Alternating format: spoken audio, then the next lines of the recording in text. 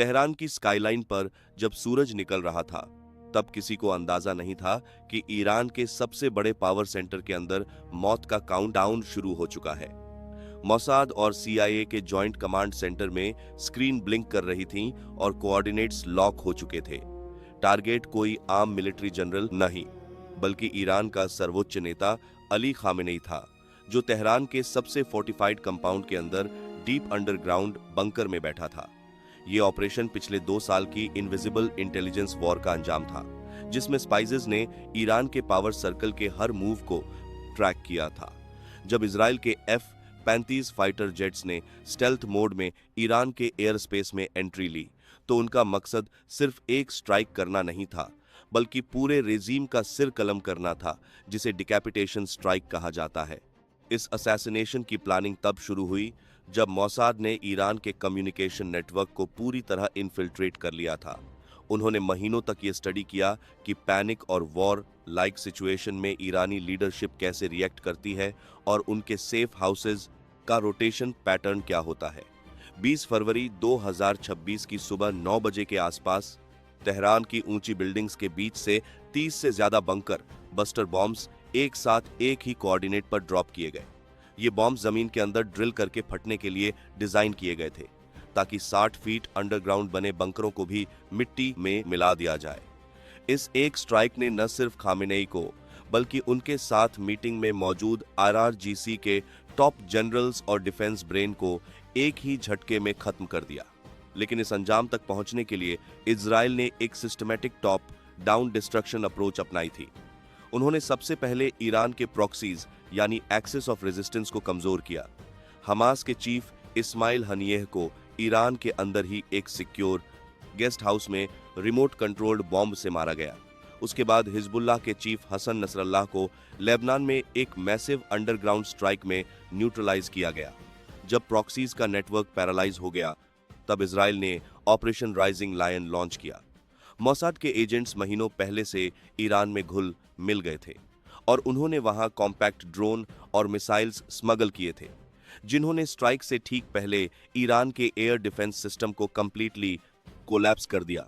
जब रडार और surface to air missiles fail हो गईं, तब इजरायली जेट्स के लिए रास्ता बिल्कुल साफ था। उन्होंने न सिर्फ लीडरशिप को टारगेट किया, बल्कि ईरान के न्यूक्लियर एनरिचमेंट प्लांट्स जैसे नतांज और इस्फहान पर भी प्रिसिशन स्ट्राइक्स की। उन्होंने ईरान के टॉप न्यूक्लियर साइंटिस्ट्स को चुन चुनकर एलिमिनेट किया, ताकि ईरान की एटॉमिक ताकत हमेशा के लिए खत्म हो जाए। अमेरिका ने हमेशा रेजीम चेंज के लिए इंटेलिजेंस और मिलिट्री पावर का यूज किया है। सद्दाम हुसैन के केस में वेपन्स ऑफ मास डिस्ट्रक्शन का बहाना बनाकर उन्हें एक्सिक्यूट किया गया, और वही पैटर्न ईरान में भी रिपीट हुआ है। अमेरिका ने बरसों से ईरान को स्टेट स्पॉन्सर ऑफ टेररिज्म की लिस्ट में रखा और उन पर इकोनॉमिक सैंक्शंस लगाए, ताकि देश अंदर से कमजोर हो जाए। जब ईरान के रिसोर्सेज और ऑयल पर कंट्रोल की बात आई, तो अमेरिका ने अपने इंटरेस्ट्स को ह्यूमैनिटेरियन इंटरवेंशन का नाम देकर जस्टिफाई किया। अमेरिका हमेशा से मिडिल ईस्ट के ऑयल और ट्रेड रूट्स को कंट्रोल करना चाहता है, और ईरान उसके रास्ते का सबसे बड़ा रोड़ा था। जब 1979 में इस्लामिक रिवॉल्यूशन हुआ और ईरान ने अपना ऑयल नेशनलाइज किया, तभी से अमेरिका ने उन्हें अपने हिट लिस्ट पर रखा था। आज ये असैसिनेशन उसी पुरानी दुश्मनी का कुल्मिनेशन है। इस स्ट्राइक के बाद ईरान की मिलिट्री बैकबोन पूरी तरह टूट चुकी है और उनका कमांड स्ट्रक्चर डायरेक्शनलेस हो गया है। इजराइल ने दिखा दिया कि उनके पास ऐसी टेक्नोलॉजी है जो जमीन के 60 फीट नीचे बैठे दुश्मन को भी नहीं बख्शती। पेजर ब्लास्ट के जरिए हिजबुल्लाह के कम्युनिकेशन को तबाह करना हो या बंकर बस्टर से लीडरशिप को मिटाना, हर मूव एक क्लियर साइकोलॉजिकल मैसेज था। इस असैसिनेशन ने न सिर्फ ईरान को, बल्कि पूरे मिडिल ईस्ट के पावर बैलेंस को शिफ्ट कर दिया है। अब ईरान की ओवरसीज ऑपरेशंस कंडक्ट करने की कैपेसिटी खत्म हो चुकी है और उनके प्रॉक्सीज बिना किसी लीडरशिप फंडिंग के बिखर रहे हैं। ये पूरा ऑपरेशन टेक्नोलॉजी, ह्यूमन इंटेलिजेंस और ब्रूटल मिलिट्री पावर का एक ऐसा कॉम्बिनेशन था जिसने एक सुपर पावर को घुटनों पर ला दिया।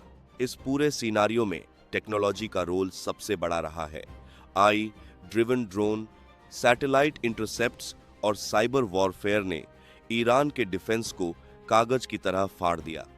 इजराइल की टॉप डाउन स्ट्रैटेजी ने दिखा दिया कि दुश्मन को हराने के लिए उसकी पूरी आर्मी से लड़ने की जरूरत नहीं है, सिर्फ उनके ब्रेन को न्यूट्रलाइज करना काफी है।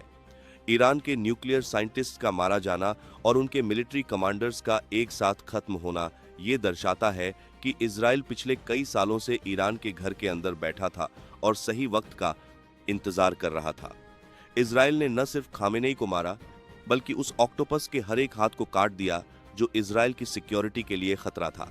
अमेरिका ने पीछे रहकर इंटेलिजेंस प्रोवाइड की और इजराइल ने फ्रंट पर आकर एक्शन लिया।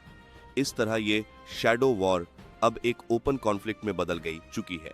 तेहरान की वो सुबह सिर्फ एक नेता की मौत नहीं थी, बल्कि एक पूरे रेजीम के कोलैप्स की शुरुआत थी जिसने पिछले 45 सालों से मिडिल ईस्ट की पॉलिटिक्स को डोमिनेट किया था। तेहरान के मिलिट्री कंट्रोल रूम में बैठे अफसरों को पता भी नहीं चला कि उनके इंटरनल सिस्टम्स कब मोसाद के कंट्रोल में चले गए।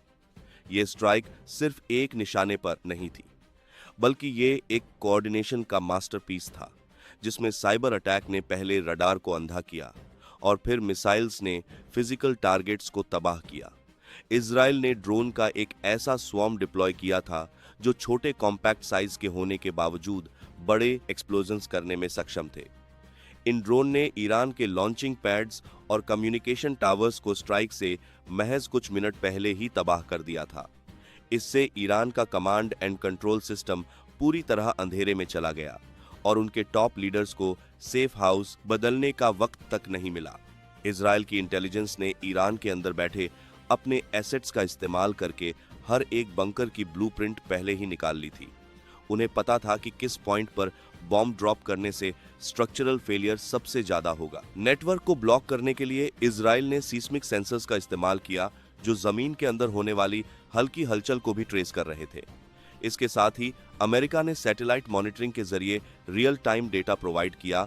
ईरानी काउंटर स्ट्राइक की संभावना को पहले ही दबा दिया गया। ईरान के S-300 और S-400 मिसाइल सिस्टम्स जो उन्होंने रूस से लिए थे, वो इस स्ट्राइक के दौरान एक भी इंटरसेप्शन नहीं कर पाए, क्योंकि उनका सॉफ्टवेयर पहले ही हैक किया जा चुका था। ऑपरेशन राइजिंग लाइन का अगला फेज ईरान के बचे हुए मिलिट्री एसेट्स को ढूंढकर खत्म करना था। इस स्ट्राइक के बाद ईरान के IRGC कमांडर्स जो बचे थे, वो अब अंडरग्राउंड हो गए हैं, लेकिन उनका कम्युनिकेशन लिंक पूरी तरह कट चुका है। इजराइल ने साइकोलॉजिकल वॉरफेयर का इस्तेमाल करते हुए ईरान के इंटरनल नेटवर्क्स पर यह मैसेज ब्रॉडकास्ट किया कि अब पुराना रेजीम खत्म हो चुका है। इससे ईरान की लोकल पुलिस और आर्मी के बीच भारी कंफ्यूजन पैदा हो गई। अमेरिका ने इस दौरान अपने एयरक्राफ्ट कैरियर्स को पर्शियन गल्फ में डिप्लॉय कर दिया ताकि किसी भी बाहरी मदद को रोका जा सके। न्यूक्लियर फैसिलिटीज पर प्रिसिशन स्ट्राइक्स ने ईरान के एटॉमिक प्रोग्राम को कम से कम 20 साल पीछे धकेल दिया है। सेंट्रीफ्यूज जो यूरेनियम एनरिच कर रहे थे, उन्हें साइबर वायरस और फिजिकल बॉम्ब्स दोनों से तबाह किया गया। इसके साथ ही ईरान के पास जो बैलिस्टिक मिसाइल का स्टॉक था, उनके स्टोरेज फैसिलिटीज को भी आग के हवाले कर दिया गया। तेहरान की वो सुबह वाकई में एक नए दौर की शुरुआत थी, जहां पुराने नियम अब खत्म हो चुके हैं।